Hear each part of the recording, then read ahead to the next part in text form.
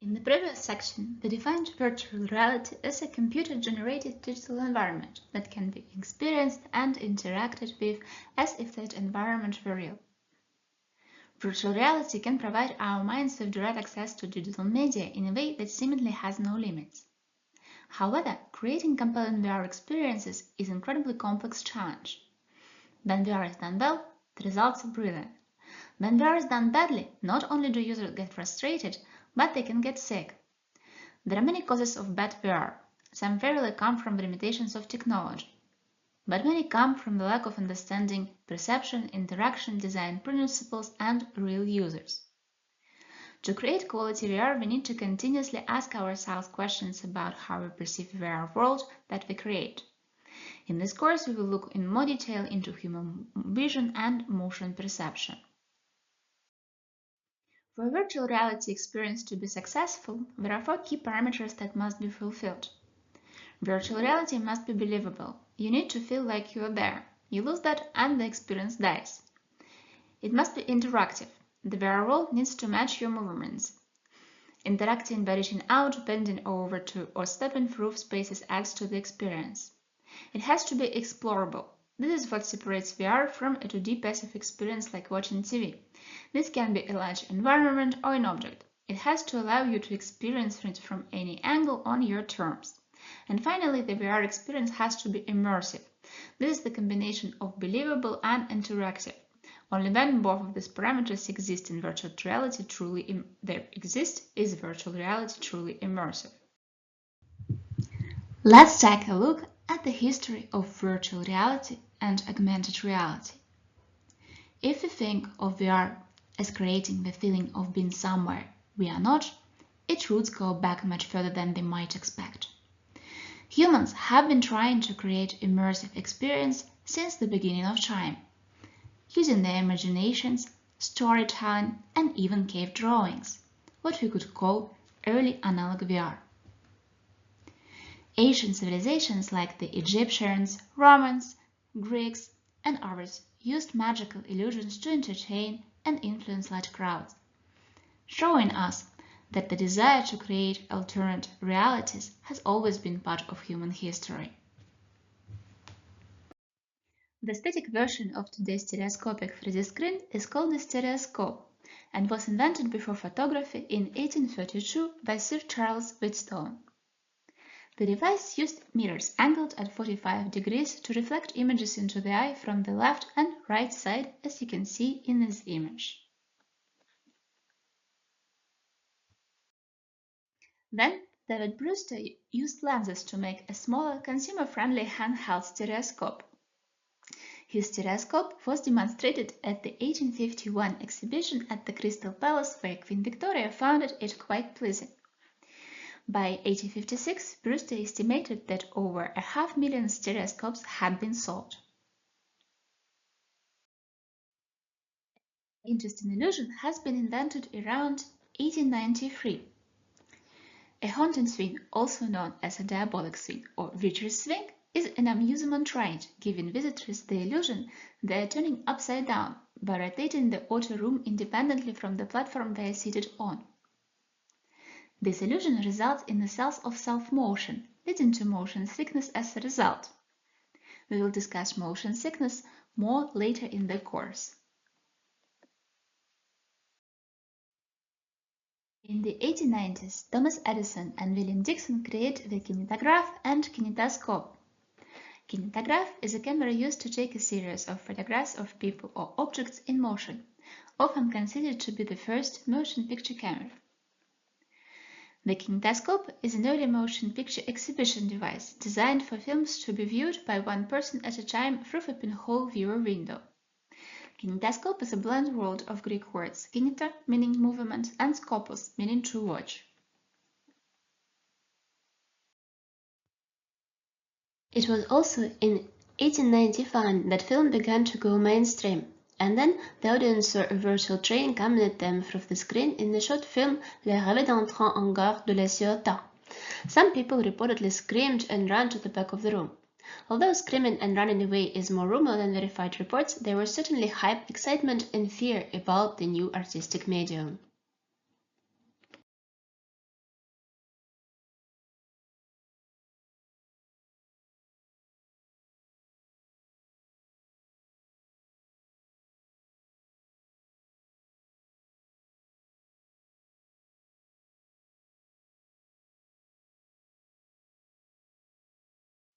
In 1929, Edwin Link developed the first simple mechanical flight simulator with a cockpit and controls that produced the motions and sensations of flying. By 1935, the Army Air Corps ordered 6 systems, and by the end of the World War II, Link has sold 10,000 systems. Link trainers eventually evolved into astronaut training systems and advanced flight simulators, complete with motion platform and real-time computer-generated imagery. In the early 20th century, as new technologies were emerging, science fiction and questions about the nature of reality became increasingly popular. For instance, in 1935, science fiction enthusiasts were thrilled by a vision of the future in the book Pygmalion Spectacles. This book imagined a future with hand-mounted displays and other tech which we now aspire to. It starts with an intriguing question: but what is reality? In the story, the main character, Dan Berg, met an elfin professor, Albert Ludwig, who invented a pair of goggles which enabled a movie that gives one sight and sound, taste, smell and touch. You are in the story, you speak to the shadows, characters, and they reply. And instead of being on a screen, the story is all about you and you are in it. One of the virtual characters calls the world Parakosma, Greek for land beyond the world. So maybe instead of AR, VR and the Metaverse, today we would be learning the module AR, VR and the Parakosma. Perhaps inspired by Pygmalion Spectacles, McCollum patented the first stereoscopic television glasses in 1945. However, there is no record of this device ever actually having been built. In the 1950s, Martin Heilink designed both a head-mounted display and a world-thick display. The head-mounted display, or HMD, patent claims lenses that enable a 140 degrees horizontal and vertical field of view, stereo earphones and air discharge nozzles that provide a sense of breezes at different temperatures as well as sound. The sensorama was created for immersive film and it provided stereoscopic color views with a wide field of view, stereo sounds, seat tilting, vibrations, smell and wind. In terms of navigability, the rotating chair combined with the stereoscopic imagery granted the user some control over the experience, however nothing comparable to VR as we know it today. Martin Heilink's next invention was the telesphere mask, patented in the 1960s, and was the first example of a head-mounted display. It was for the non-interactive film medium, without any motion tracking. The headset provided stereoscopic 3D and wide vision with stereo sound. In 1965, Philco Corporation engineers built the first actual walk-in tracked head-mounted display that included head tracking. It was built for military purposes. As the user moved his head, a camera in a different room moved so that the user could see as if he were at the other location. This was the world's first walk-in telepresence system. 1 year later, IBM was awarded a patent for the first glove input device. This glove was designed as a comfortable alternative to keyboard entry, and a sensor for each finger could recognize multiple finger positions. 4 possible positions for each finger with a glove in each hand resulted in more than 1 million possible input combinations. 65 Tom Fermis and others at the Wright-Patterson Air Force Base worked on pilot head-mounted display for weapon aiming. Ivan Sutherland was doing similar work at Harvard and the University of Utah. Sutherland is known as the first to demonstrate a head-mounted display that used head tracking and computer-generated imagery. It was, however, a large and scary-looking device shown in the images that was too heavy for any user to comfortably wear and was suspended from the ceiling. The user would also need to be strapped into the device. The computer-generated graphics back then were very primitive wireframe rooms and objects.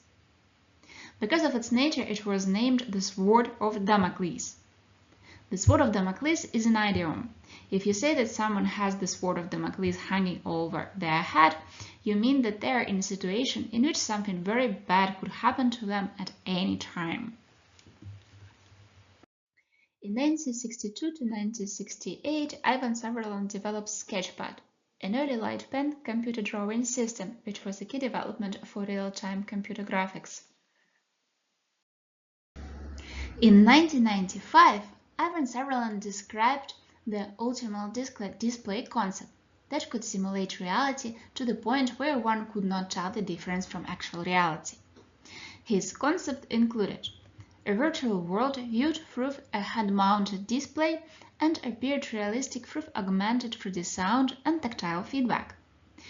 Computer hardware to create the virtual world and maintain it in real time. The user's ability to interact with objects in the virtual world in a realistic way. Dr.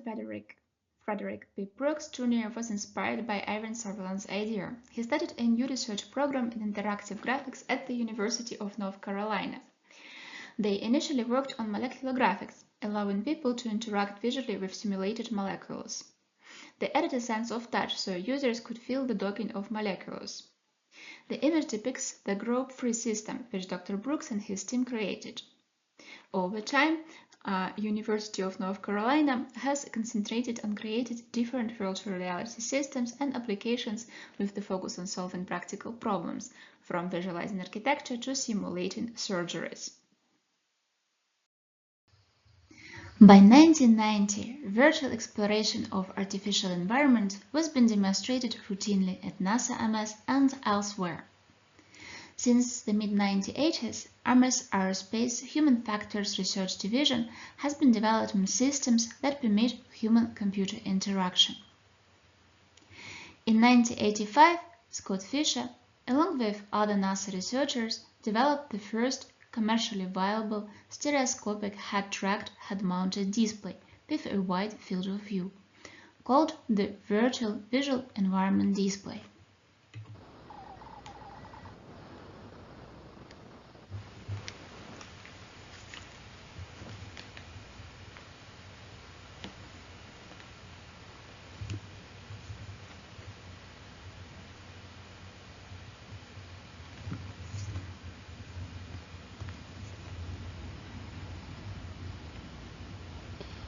The Virtual Environment Display System is a multisensory interactive display environment in which a user can virtually explore a 360-degree synthesized or remotely sensed environment and can viscerally interact with its components. The objective of this research is to develop a multi-purpose operator interface environment with initial applications in telerobotics, data management, and human factors research.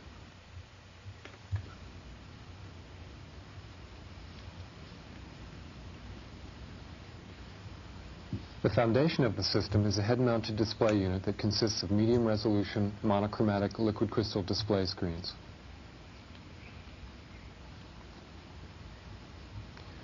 The LCD technology is used to meet design constraints on size, weight, power, safety, and cost, and also to provide a see-through capability.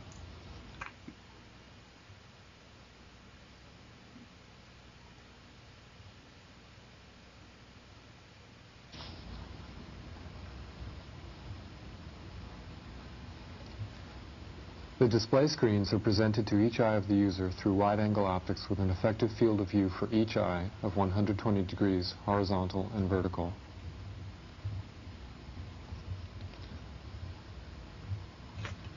Imagery displayed on the screens is pre-distorted to match the field of view of the viewing optics. The resulting stereoscopic image closely matches the human operator's binocular and peripheral vision capabilities and strongly contributes to sense of presence in the remote or synthesized environment displayed.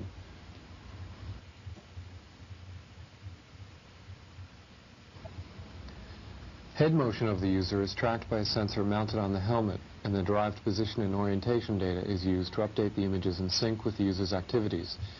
As a result, the displayed imagery appears to completely surround the user in 3-space.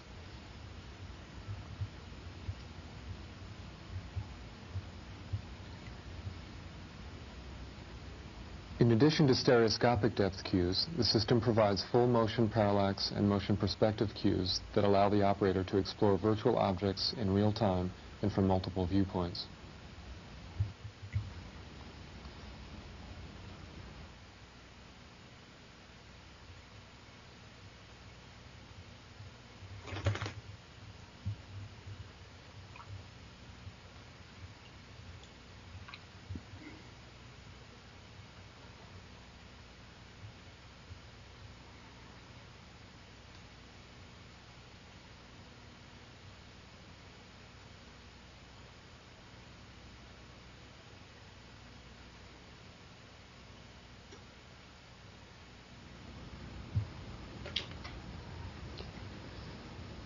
The technology used to track the user's head position and orientation is also used to position a 3D cursor in the virtual environment.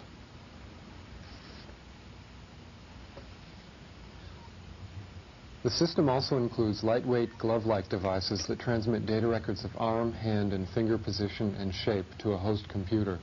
In coordination with speech recognition technology, this information is used to interact with virtual objects in the synthesized environment.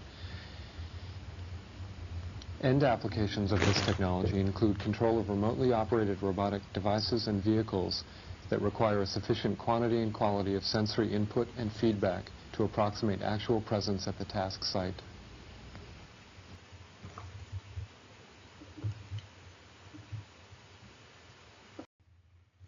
This is an image of a later system called View. It was the first virtual reality system that could be made at a very low cost, and as a result, the VR industry was born. In 1984, VPL Research was founded by Jaron Lanier and Thomas Zimmerman. It was one of the first companies that developed and sold virtual reality products. They built commercial VR gloves, head-mounted displays, and software. During this time, in 1987, Jaron coined the term virtual reality. In the image, you see a VPL Research data suit, a full-body outfit with sensors for measuring the movement of arms, legs, and body, developed in 1989 and displayed at Tokyo. VPL Research, however, filed for bankruptcy in 1990, and in 1999, all of its patents were bought by Sun Microsystems, another company active in virtual reality research and development. VR exploded in 1990s. Existing companies such as Sega, Disney, and General Motors, as well as numerous universities and the military, also started to more extensively experiment with VR technologies. Movies were made, numerous books were written, journals emerged, and conferences formed, all focused exclusively on VR. In 1993, Wired magazine predicted that within 5 years, more than 1 in 10 people would wear head-mounted displays while traveling in buses, trains, and planes. We began to see virtual reality devices to which the public had access, although household ownership of cutting-edge virtual reality was still far out of reach. The Virtual Reality Group launched a range of arcade games and machines. Players would wear a set of VR goggles and play on gaming machines with real-time immersive stereoscopic 3D visuals. Some units were also networked together for a multiplayer gaming experience. Next, these days we are pretty used to seeing live footage from Mars rovers. Back in 1991, this was still a future dream, and there were many problems left to solve. A NASA engineer named Antonio Medina developed a VR system that lets you pilot a Mars rover, even taking the time delay into account. The system was dubbed Computer Simulated Teleoperation. In 1993, Sega announced the Sega VR headset at the Consumer Electronics Show. The prototype glasses had features like head tracking, stereo sound, and LCD screens. Sega planned to sell it for around $200 back then, which is about $420 today. However, due to technical problems, the headset never went beyond the prototype stage, even though they had developed 4 games for it. This was a major failure for Sega. In 1994, Sega also released an arcade motion simulator that moved based on what was happening on the screen. The Nintendo Virtual Boy, originally called VR32, was a 3D gaming console that was advertised as the first portable console with true 3D graphics. It launched in Japan and North America for $180, but failed to succeed despite price cuts. The main problems were its lack of color. Games were only in red and black, limited game options, and difficulty in using the console comfortably. Nintendo stopped making and selling it in the following year. Meanwhile, Georgia Tech and Emory University began using VR to help treat PTSD in war veterans. This approach is still important for PTSD treatment and research today, as VR allows therapists to control what patients see and experience in a safe way. It seemed like VR was going to change everything, but the technology could not live up to its promises. By 1996, the VR industry had reached its peak and began to decline, with most VR companies going out of business by 1998. The first decade of the 21st century is known as the VR winter. Although there was little mainstream media attention given to VR from 2000 to 2012, VR research continued in depth at corporate, government, academic, and military research laboratories around the world. The VR community started to turn toward human-centered design with an emphasis on user studies, and it became difficult to get a VR paper accepted to a conference without including some sort of formal evaluation, such as user study. A wide field of view was a major missing component of consumer hand-mounted displays in the 1990s, and without, users were just not getting the magic feeling of presence in virtual reality. In 2006, Mark Boas and Ian McDowell created a 150 field of view head-mounted display called the Wide 5, which will later used to study the effects of field of view on the user experience and behavior. For example, users can more accurately judge distances than walk into a target when they have a large field of view.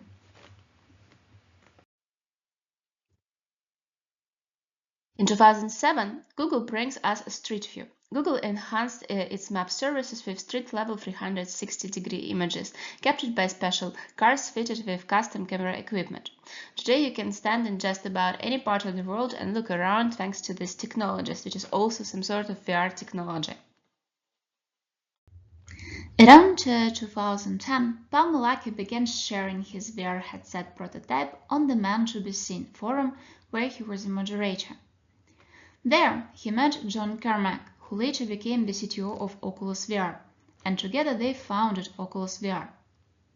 Soon after, they launched a Kickstarter campaign for the Oculus Rift. This caught the attention of the hacker community and the media. Many companies, from small startups to big corporations, started to invest in virtual reality, including Facebook, which bought Oculus VR in 2014 for $2 billion. This marked the beginning of a new era for VR. We will cover modern displays and technologies in a later lecture of this course.